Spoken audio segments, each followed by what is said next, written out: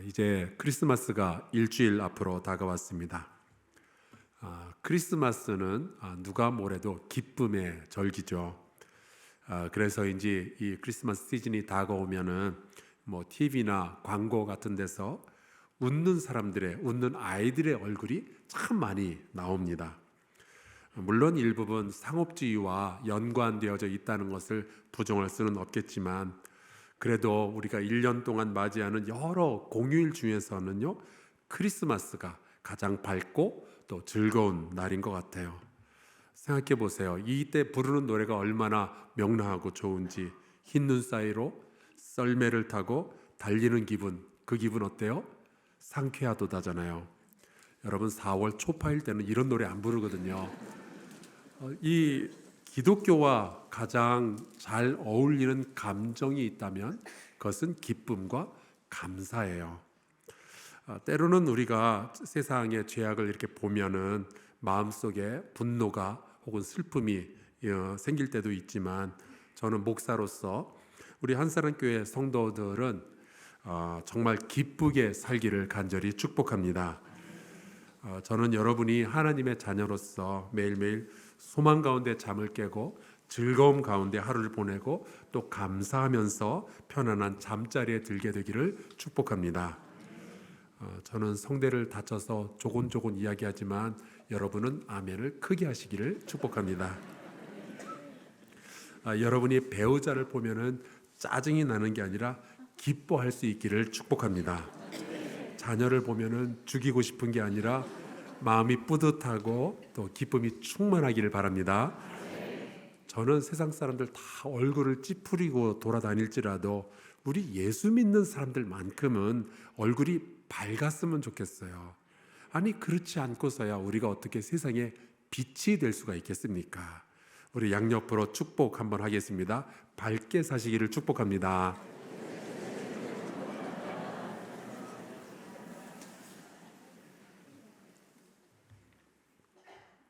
그런데 우리가 이 기쁨에 대해서 이야기를 할 때 꼭 알아야 될 것이 있습니다. 어떤 기쁨은요, 심각하게 잘못되었다는 사실이에요. 이 세상에서는 우리가 누려서는 안 되는 기쁨이 있고, 하나님이 주지 아니하시려는 금지하시는 기쁨이 있습니다. 우리의 눈에는 얼핏 기쁨으로 보이지만 그 기쁨의 정체를 캐보면은 그 바닥에는 저주와 고통이 깔려 있는 것들이 있죠. 창세기에 보면은 이런 말씀이 있습니다. 여러분 한번 같이 읽어줄까요? 시작.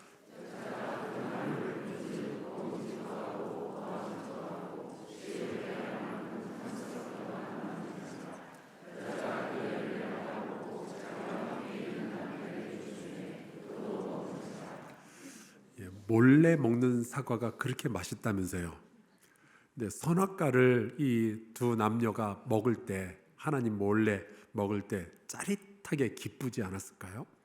게다가 자기 혼자만 먹는 게 아니라 사랑하는 그이와 함께 이 선악과를 먹었으니 그 즐거움이 배가가 되지 않았겠어요? 아마 맛도 좋고 분위기도 너무 좋았을 것 같습니다. 근데 문제는 그 다음이죠. 먹음직스럽고 보암직도 했고 탐스럽게도 했던 그 열매를 먹는 즐거움은 그들의 인생의 아름다운 추억으로 남게 되지 않았습니다. 그 기쁨은 엄청난 고통을 가져오게 되죠. 우선 하나님을 이 두 사람이 두려워하면서 피하기 시작합니다. 하나님이 기쁨의 근원이 되어야 될 텐데 하나님을 피하고 도망다니기 시작한 거예요. 결국 나중에는 에덴 동산에서 쫓겨나죠. 여러분, 그러면은 우리가 생각을 다시 한번 해봐야 됩니다. 하와와 아담이 선악과를 따먹으면서 누렸던 그 짧은 기쁨의 정체는 뭐였냐 하는 거예요. 그 이후로 받게 되는 긴 고통을 가리는 포장지나 가면 같은 것이 아니었을까요? 여러분, 우리가 기쁨을 누릴 때 이 기쁨의 정체를 잘 알아야 됩니다. 제가 미국에서 목회할 때 정말 기가 막힌 일을 경험한 적이 있어요. 우리 교인들 가운데 슈로더라는 그 성을 가진 남자분인데 정말 부자였습니다. 그 도시의 시장을 역임한 분이었어요.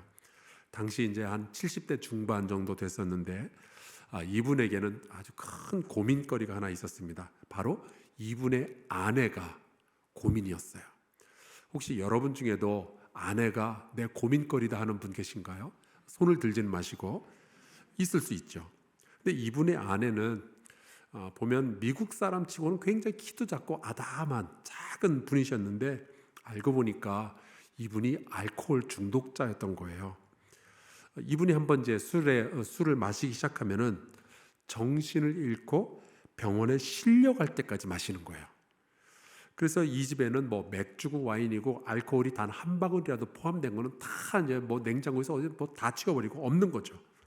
근데 어느 날 밤에 전화가 왔는데 이 여자분이 어디서 구했는지는 모르겠지만 집에서 남편 몰래 위스키 몇 병을 그냥 부어 마시다가 결국 인사불성이 되어가지고 바닥에 쓰러져 있는 것을 남편이 발견하고 응급차에 태워서 병원으로 가고 있다고 전화가 온 거죠. 그래서 밤에 이제 저도 자다 말고 차를 몰고 급하게 이제 병원으로 찾아가서 신방을 했습니다. 가서 보니까 뭐 얼굴이고 몸이고 뭐 만신창이가 되어 있는 거예요. 의식도 없고. 그래서 그 병원에서 이제 치료를 하고 며칠 지나서 이제 퇴원을 하는 날 그냥 그 길로 알코올 중독을 치료하려고 요양 보호시설로 보내졌는데 거기서 한 달 정도 요양을 하시다가 심장마비로 그냥 돌아가셨어요. 이 여자분은 술 마실 때 즐거웠겠죠. 뭔가 힘들고 걱정되는 것들을 잊어버리려고 술을 마셨겠죠. 하지만 이분이 잠깐 누렸던 그 기쁨은요, 그 사랑하는 모든 가족의 슬픔이었고 걱정거리였고 고통이었어요. 결국 이분의 그 기쁨이 이분의 가정도 인생도 다 파괴해버렸고요. 그러니까 여러분, 어쩌면 이 세상이 우리에게 자꾸 건네주려 하고 우리를 유혹하는 그 기쁨은요, 이런 종류의 기쁨일 수가 있는 거예요. 지금은 기분이 너무 좋은데 결국 선악과를 한 입 베어문 즐거움처럼 그 끝을 쳐다보면 멸망일 수도 있고 죄악일 수도 있고 고통일 수도 있는 거죠. 여러분, 제가 이 일을 겪으면서 깨달은 게 하나 있습니다. 세상에는요, 공포스러운 즐거움이 있는 거예요. 최근에 공익광고협의회에서 새로운 광고 카피가 하나 나왔더라고요. 이런 겁니다. 마약 시작, 인생 끝. 보셨어요? 즐거움을 위해서 마약에 손을 대는 순간 정말로 있어서는 안 될 두려운 일들이 벌어지기 시작하는 거죠. 그 개인의 인생, 가정, 일터 다 깨져 나가는 겁니다. 그래서 여러분, 이거를 우리가 기쁨을 누리려고 할 때 생각을 잘해야 되는 거예요. 근데 설마 여러분 마약만 그렇겠습니까? 사람들마다 보면은 하나 둘씩 즐거워하면서도 후회하는 일들이 다들 있더라고요. 그래서 여러분, 우리가 기뻐하기를 원하지만 도대체 어떤 종류의 기쁨들로 우리의 시간들이 채워져 있는지를 잘 살펴보시길 바랍니다. 기쁨을 누리고 있지만 그게 평생 후회할 일로 남겨지기도 하니까요.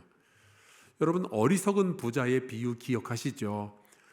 이 사람이 농사가 너무 잘 되어서 기쁜 나머지 속으로 그렇게 이야기를 합니다. 나의 영혼아 평안히 쉬고 먹고 마시고 즐거워하자. 그런데 그날 하나님께서 그 영혼을 데려가십니다. 그러면서 하시는 말씀이 있죠. 참 미련하다. 여러분, 우리가 누리고 있는 기쁨이 우리의 영혼의 위협이 되지 않도록 하나님께서 주시는 좋은 기쁨, 그리고 거룩한 기쁨으로 여러분의 시간과 공간을 채우시기를 간절히 축원합니다. 기뻐할 때도요, 거룩한 지혜가 우리에게 필요한 거예요. 오늘 우리가 이 말씀을 한번 좀 같이 묵상을 해봤으면 좋겠습니다. 이번 설교 시리즈의 제목이 큰 기쁨의 좋은 소식인데요, 그 소식의 중심에 바로 오늘 이 말씀이 있어요. 이 기쁨의 소식은 우리를 위험에 빠뜨리거나 혹은 우리를 멸망으로 이끌어가는 그런 기쁨이 아닙니다. 우리가 두려워해야 할 기쁨이 아니고 우리가 누려야 할 기쁨, 또 온 세상에 널리 전해야 할 그러한 기쁨인 거죠. 말씀에 보면은 이제 어느 날 목자들이 들판에서 밤에 양떼를 지키고 있는데 천사들이 나타납니다. 보통 이 장면을 묘사한 옛날 서양화들을 보면은 천사들이 이제 하늘에서 날개짓을 하면서 나타나는 것으로 저렇게 그려져 있잖아요. 그 옆에는 이제 아기 천사들도 옆에서 그 참새 같은 날개들을 팔랑거리면서 이렇게 날아다니고. 근데 오늘 말씀에 보니까 이렇게 되어 있어요. 주의 사자가 곁에 서고. 그러니까 하늘에서 나타난 게 아니라 곁에 서게 된 거예요. 여러분, 밤에 혼자 길 걸어가는데 처음 보는 사람이 난데없이 곁에 다가서면 여러분 느낌이 어떠시겠어요? 소름이 쫙 끼치죠. 목자들도 마찬가지였을 겁니다. 다들 깜짝 놀라고 굉장히 두려워했어요. 그런데 그때 천사가 이렇게 이야기를 합니다. 우리 한번 같이 읽어볼까요? 시작.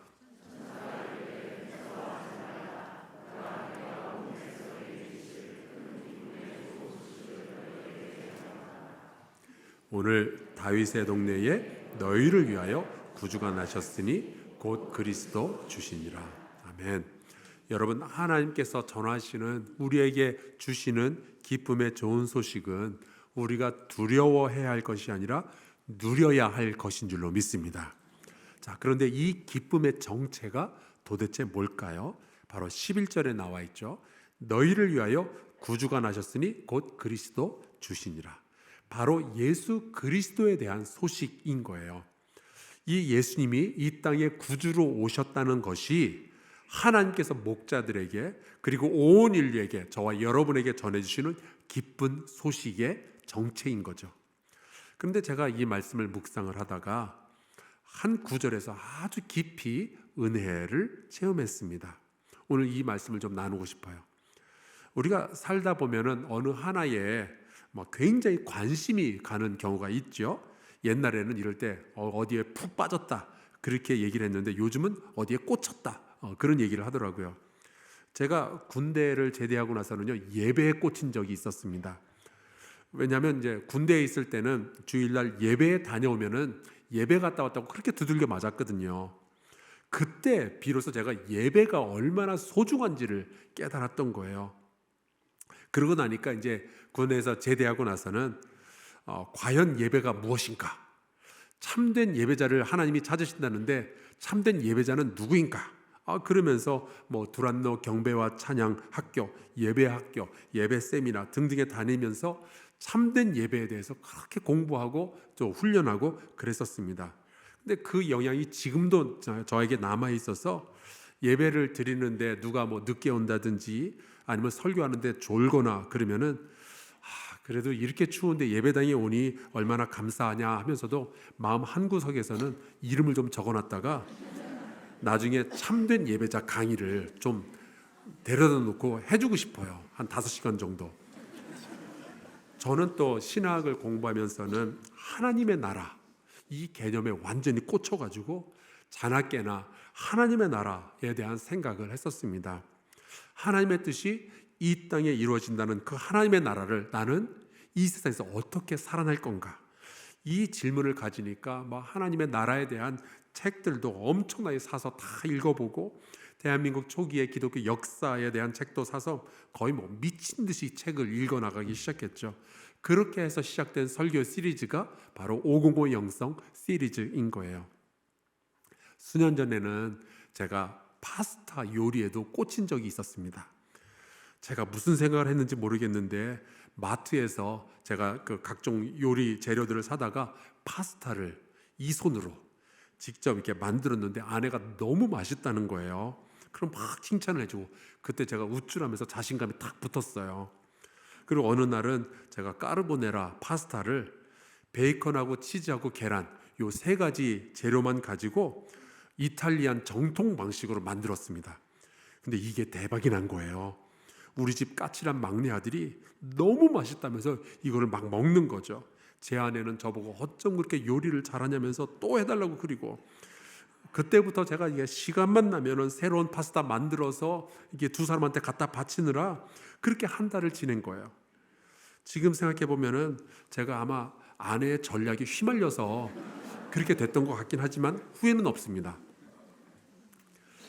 우리가 그렇게 어느 한 곳에 깊이 관심을 가지고 푹 빠지고 꽂히고 그런 때가 있는데 우리가 하나님의 말씀을 읽다가도 그런 경우가 있잖아요. 어느 한 단어, 어느 한 표현에서 깊이 은혜를 체험할 때가 있는데, 오늘 우리가 함께 읽은 이 말씀에서 너희를 위하여 라는 이 표현에 제가 꽂힌 거예요. 예수 그리스도께서 이 땅에 태어나시는 것은 그 어느 누구도 아니고 너희를 위해서 하나님이 하시는 일이다라는 거예요. 너희를 위한 일이니까 두려워할 일이 아니라 기뻐해야 할 일이다 하시는 거죠. 여러분, 예수님은 여러분을 위해서 태어나신 분이십니다. 성경을 읽다 보면은 이렇게 우리를 위해서 하나님께서 하신 일이 정말 많이 기록이 되어져 있습니다. 제가 그래서 이 말씀을 묵상하다가 성경을 한번 조사를 해봤는데 세상에 이렇게 많았나 싶을 정도예요. 성경에 보면은 너희를 위하여, 너희를 위하여, 너희를 위하여 이 표현이 수도 없이 많이 나옵니다. 너무 많았는데 그걸 모르고 살았던 게 죄송할 정도예요. 예를 들어서 출애굽기에 보면 이런 말씀이 나와 있습니다. 이제 이스라엘 자손이 출애굽을 하죠. 그리고 이제 홍해 앞까지 왔는데 애굽의 군대가 뒤늦게 막 쫓아오는 것을 보고 이 이스라엘 백성이 다들 이제 두려움에 떨면서 동요를 하죠. 그때 모세가 이런 이야기를 했습니다. 우리 같이 한번 읽어볼까요? 시작.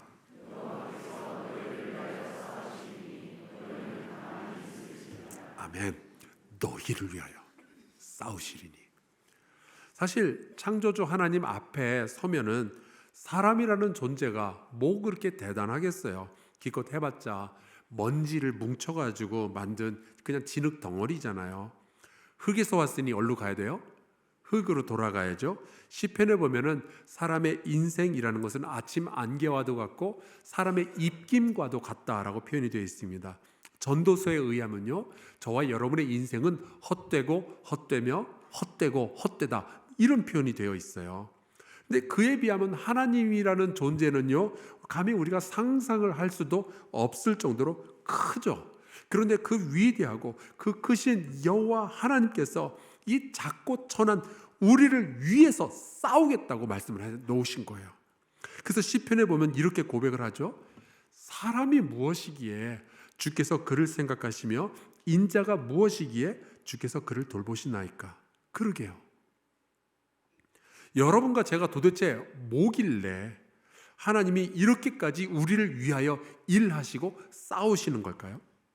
그러니까 지금 홍해가 이스라엘 백성의 앞을 가로막고 있지만 애굽의 군대가 먼지를 휘날리면서 뒤에서 막 쫓아오고 있지만 이건 두려워할 일이 아니라 기뻐해야 할 일이라는 말씀인 거예요. 그 하나님에 대해서 모세는 신명기에 보면은 이렇게 기록을 했습니다. 우리 같이 한번 읽어볼까요? 시작. 너희보다 먼저 가시는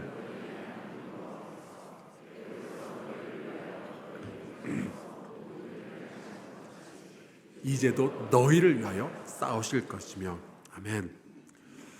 나라는 존재가 잘 이해가 되지 않고 하나님이라는 존재가 잘 이해가 되지 않더라도 하나님께서 저와 여러분을 위해서 싸우시고 저와 여러분을 위해서 뭔가를 이루신다는 이 사실만큼은 꼭 기억하시고 믿으시기를 간절히 축원합니다.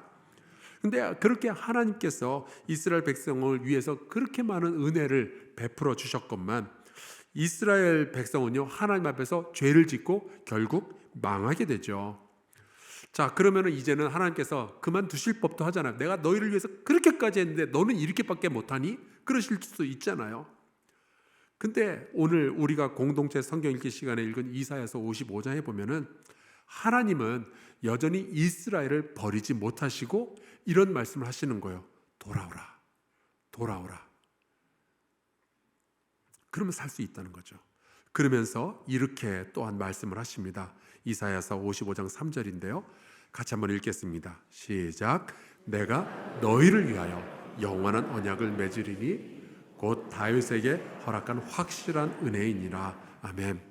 우리를 위해서 싸우셨던 그 하나님은 이제는 우리를 위해서 은혜를 베풀어 주시겠다는 거죠. 물론 저는 분명히 하나님이 우리를 창조하셨고요, 우리의 인생은 하나님의 영광을 위해서 쓰여져야 한다고 믿습니다. 여러분, 제가 왜 목사가 되었겠어요? 하나님을 위해서 목사가 된 거죠. 제가 왜 여러분 앞에서 이렇게 하나님의 말씀을 전하고 있겠어요? 하나님을 위해서 이 일을 하는 거죠. 이게 저는요, 제가 다 이게 하나님을 위해서 이 일들을 하고 있는 거예요. 그런데 성경을 읽으면 읽을수록 하나님께서 나를 위해서, 우리를 위해서 하신 일에 비하면은 내가 뭔가 하나님을 위해서 하고 있는 일은 보이지도 않을 정도로 너무 작은 거예요. 여러분, 이 사실을 잊지 않기를 바랍니다. 하나님은 우리를 위하시는 우리의 아버지이십니다. 예수께서 이 땅에 구주로 태어나신 것은 하늘에만 계시기 심심해서도 아니고 하나님 자신의 영광을 받으려고, 사람들 사이에서 찬송을 받으려고 이 땅에 오신 것도 아니에요. 오히려 하늘 영광을 버리고 이 땅에 오셨죠. 왜 그랬을까요? 오늘 누가복음에 그 답이 있습니다. 너희를 위하여. 너희를 위하여. 하나님은 저와 여러분을 위해서 이 땅에 오신 거예요. 자, 그러면 예수께서 이 땅에 오신 것이 우리를 위한 일이었다면 그분이 십자가에 달려 죽으신 것은 누구를 위해서 그렇게 되신 걸까요? 사도 바울은 로마서 5장에 이렇게 고백을 했습니다. 같이 읽겠습니다. 우리가 아직 죄인 되었을 때에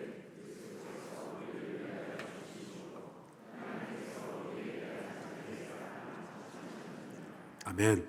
하나님은 이 모든 일들, 이 많은 일들을 그 오랫동안 저와 여러분을 위해서 하셨던 거예요. 문득 그런 생각이 들었습니다. 우리가 하나님께 감사나 제대로 하고 살고 있는지 모르겠다. 도대체 저와 여러분이 하나님 앞에서 어떤 존재들이길래 하나님이 이렇게까지 하시는 걸까요? 제가 언어가 짧아서 잘 표현은 못하겠지만 하나님께서는요, 여러분을 소중하게 여기시는 것은 너무나도 분명합니다. 태초부터 지금까지. 주님은 우리를 버리신 적이 없어요. 심지어 우리가 주님을 모른 척 했을 때조차. 자, 그렇다면 지금 뭐가 잘 안 풀린다고, 삶이 좀 어렵다고 해서 하나님이 나한테 왜 이러시냐고 그러시면 안 되는 거죠. 하나님은 여러분을 괜히 힘들게 하시거나 혹은 여러분을 모른 척 하시거나 그러실 분이 아니거든요. 이사야 55장의 말씀처럼 하나님의 생각이 우리의 생각과 다를 뿐이지 하나님이 우리를 대적하시는 게 아니거든요. 하나님은 우리를 위하시는 아버지이십니다. 지금은 보이지 않지만 하나님은 그리스도 안에서 우리의 모든 것이 합력하여서 선을 이루도록 만들어 주실 거예요. 그분은 우리가 태어났을 때부터 지금까지 우리가 잘 되기를 원해서 우리를 위해서 일하시는 분이시잖아요. 때에 따라서 여러분의 감정은 흔들릴지라도 이 믿음은 흔들리지 않기를 주의 이름으로 축원합니다. 요즘 여러분 혹시 기쁨을 잃어가는 중이시라면 이 말씀을 오늘 무겁게 받으시기를 간절히 축원합니다. 하나님은 여러분을 사랑하십니다. 우리 양옆으로 선포하겠습니다. 하나님은 당신을 사랑합니다.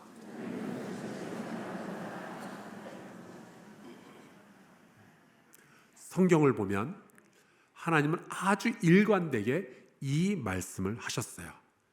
너희를 위하여 내가 이 일을 하노라. 예수 그리스도가 우리를 위해서 이 땅에 오신 것이 바로 그 증거죠. 그러니까 만약에 하나님이 우리를 위해서 일하고 계신다는, 하나님의 존재가 우리를 위한 것이라는 이 성경의 말씀이 믿어지지 않는다면 도대체 어떤 말씀으로 슬픔에 빠진 여러분을 위로할 수 있을지 모르겠어요. 제가 꽤 오래전에 강준민 목사님께서 쓰신 기쁨의 영성이라는 책을 읽었습니다. 근데 이 책은 그 강준민 목사님이 목회가 성공적으로 잘 되고 즐거운 일들이 많이 일어날 때 쓴 책이 아니었어요. 오히려 이 책의 서문에 보면은 이 저자가 이렇게 기록을 했습니다. 기쁨의 영성은 고통 중에 태어난 책입니다. 이 책을 쓰게 된 것은 제 자신에게 그 어느 때보다 기쁨이 필요했었기 때문입니다. 저는 어디론가 도망가고 싶었습니다. 제가 이 책을 읽으면서 생각해 보니까 저도 그런 시간들이 켜켜이 저의 기억 속에 쌓여 있더라고요. 정말 어디 가서 기쁨 한 모금이라도 마시고 오면 좋겠는데, 누가 그냥 기쁨 한 움큼이라도 저한테 쥐어주면 좋겠는데 기쁨을 찾을 데가 없는 거예요. 아마 2000년 전에 사도 바울도 같은 경험을 했었을 겁니다. 억울하게 감옥에 갇혀 있을 때요. 저는 아직까지는 감옥에 갇혀 본 적은 없거든요. 대신에 이제 미국에 입국할 때 뭔가 서류가 뭐 잘못됐다면서 제가 대기실로 끌려간 적은 있었습니다.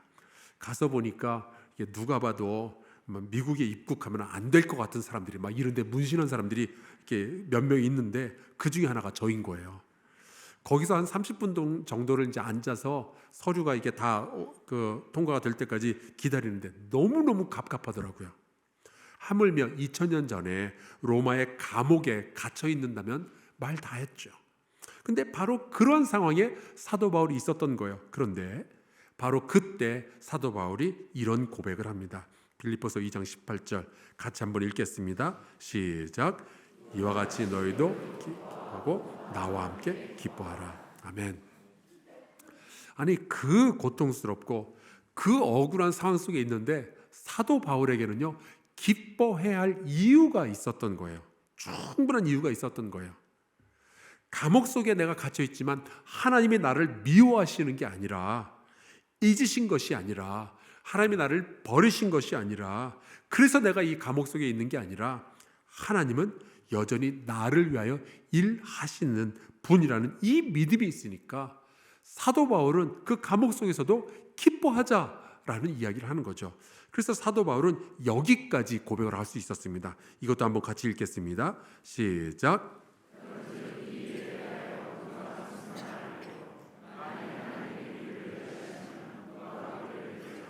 아멘. 하나님이 여러분을 위하시면 누가 여러분을 대적할 수 있겠어요? 우리가 죄도 지었고 종종 세상의 즐거움에 그냥 빠져버리기도 하지만 하나님은 절대로 우리를 버리지 아니하시며 성경에 기록되어져 있는 이 모든 역사들을 우리를 위해서, 여러분을 위해서 하고 또 하고 또 하고 또 하셨던 거예요. 힘들고 지치고 슬퍼도 우리에게는 기뻐해야만 할 충분한 이유가 있는 거죠. 그래서 이 크리스마스가 다가올 때 우리가 친한 분들에게 카드도 보내고 선물도 하고 그러지만 우리가 반드시 해야만 할 말이 있습니다. 고맙습니다, 아버지. 이 이야기를 해야 돼요. 구주를 보내주셔서 우리를 위해서 구원의 길을 열어주셔서 고맙습니다. 저 같은 사람을 사랑해 주셔서 고맙습니다. 우리를 위해서 그토록 오랫동안 그 많은 일을 이루신 아버지께 감사해야죠. 이 믿음과 이 기쁨과 이 감사가 여러분 안에 충만하시기를 간절히 축원합니다. 우리 같이 찬송 부르고 기도하면 좋겠어요. 크리스마스 캐롤은 아닌데 어쩌면 이 찬송가가 크리스마스를 맞이하는 우리에게 가장 잘 어울릴지도 모르겠습니다. 찬송가 304장입니다. 우리 같이 찬송하고 기도하겠습니다.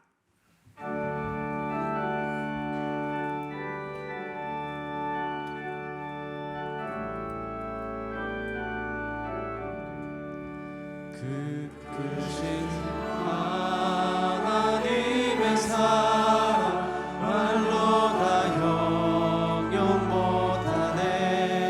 저 높고 높은 별을 넘어 이 낮고 낮은 땅 위에 죄범한 영혼 구하려 그 아들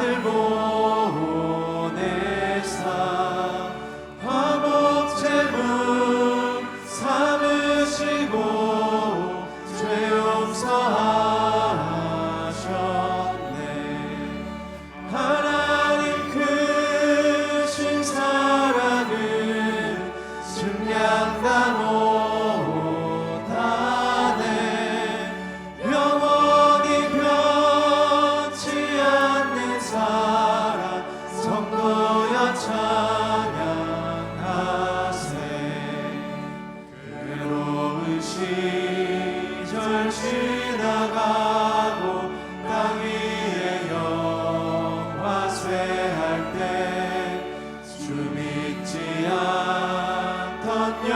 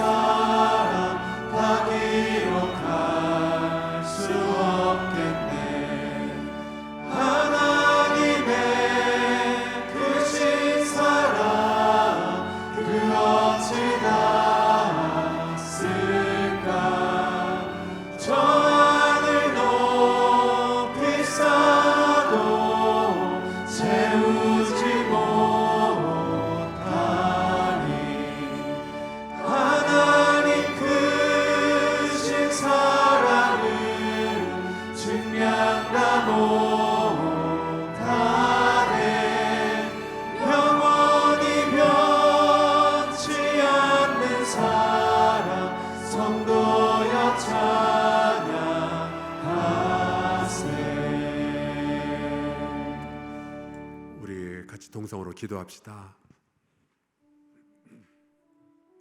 하나님은 여러분을 위해서 예수를 보내셨고요. 예수님은 여러분을 위해서 십자가를 지셨습니다. 하나님은 여러분을 위해서 성령을 보내어 주셨고 하나님은 여러분을 위해서 구원과 은혜를 베풀어 주십니다. 하나님, 이 믿음이 흔들리지 않게 하여 주옵소서. 이 기쁨을 잃지 않게 하여 주옵소서.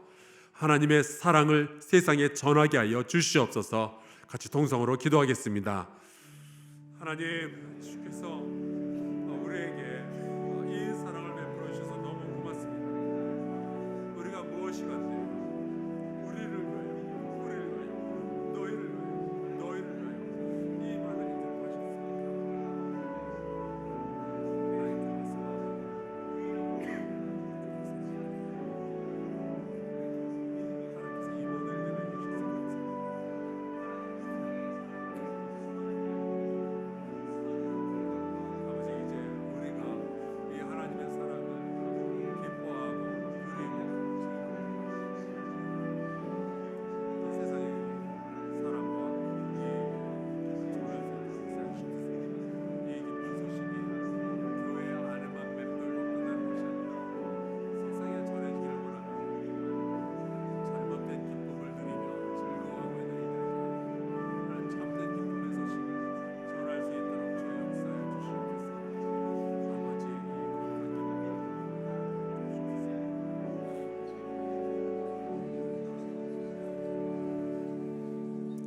하나님, 참 고맙습니다.